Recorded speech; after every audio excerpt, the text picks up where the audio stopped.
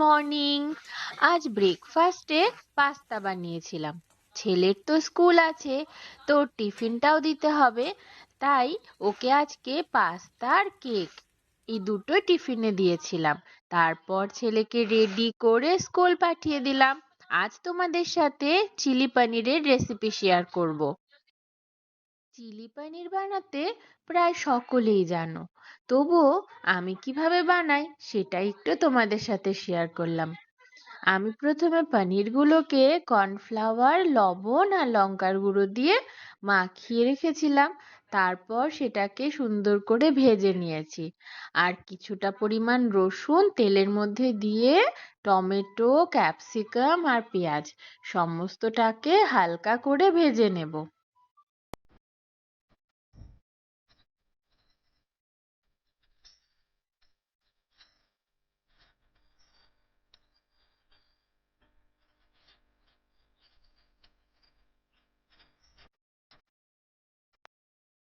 তোমাদেরকে আমি এর আগেও বলেছিলাম যে আমার ছেলে চিলি চিকেন ভালোবাসে, তার সাথে সাথে না ও চিলি পনিরটাও ভালোবাসে। তো এই ধরনের রান্নাগুলো আমাকে মেনলি আমার ছেলের জন্যই করতে হয়। আর ও একটু ঝাল কম খায় বলে আমি লঙ্কাটা কম ইউজ করি। তো আজকে সামান্য একটু চিলি সস দিয়েছিলাম।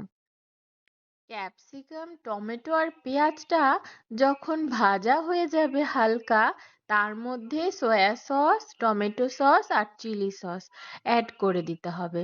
তারপর সুন্দর করে নেড়ে এটার মধ্যে একটু গ্রেভির জন্য জল অ্যাড করতে হবে।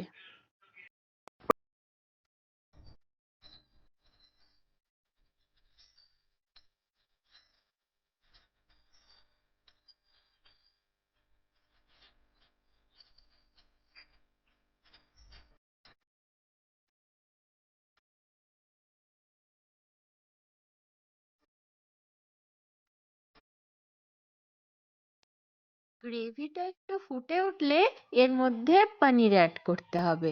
ভেজে রাখা পনিরটা দিয়ে একটু নাড়াচাড়া করতে হবে হালকাভাবে, আর যাতে পনিরগুলো না ভেঙে যায়। চিলি পনির প্রায় রেডি। এখন শুধু কর্নফ্লাওয়ারটা জলে গুলে দেওয়ার পালা। ব্যাস, তাহলেই হয়ে যাবে টেস্টি টেস্টি চিলি পনির। তোমাদের কেমন লাগলো আমাকে কিন্তু অবশ্যই জানাবে।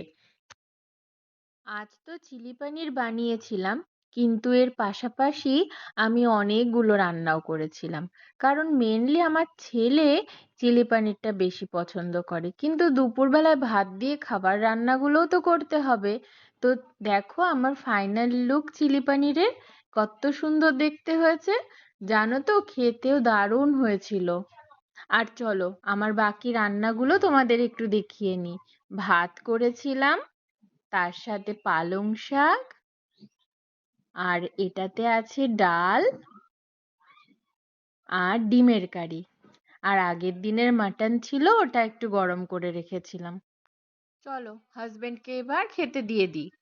ওর খাবারটা আমি রেডি করে ফেলেছি। ও আর একটা কথা তো বলতে ভুলে গিয়েছিলাম, আমি আজকে ওল সেদ্ধ করেছিলাম। সেটা পেঁয়াজ লঙ্কা দিয়ে সুন্দর করে মাখিয়ে নিয়েছিলাম। দারুণ টেস্টি লাগে এটা। আর তার সাথে বিকেল বেলাতে কামরাঙা খেতে খেতে একটু ছাদ বাগানে ঘুরতে গেলাম।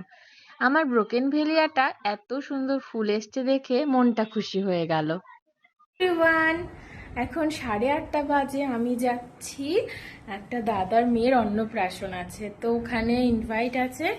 তো দিনে তো ফ্রেন্ডের বাড়ি গিয়েছিলাম, তোমাদেরকে দেখালাম। তো এখন যাচ্ছি অন্নপ্রাশন বাড়িতে। তো ওখানে যাই, দেখি আমি ওখানে গিয়ে কি করছি না করছি তোমাদের সাথে শেয়ার করব। চলো। রেডি হয়ে চলে এসেছি অন্নপ্রাশন বাড়িতে। আমার বাড়ির খুব কাছেই ছিল এই অনুষ্ঠানটা। আর ডেকোরেশনটা দেখো কত সুন্দর হয়েছে। আজকে একটা সোনা মায়ের অন্নপ্রাশন ছিল, তো সেখানেই এসেছিলাম পরিবারের সকলে মিলে।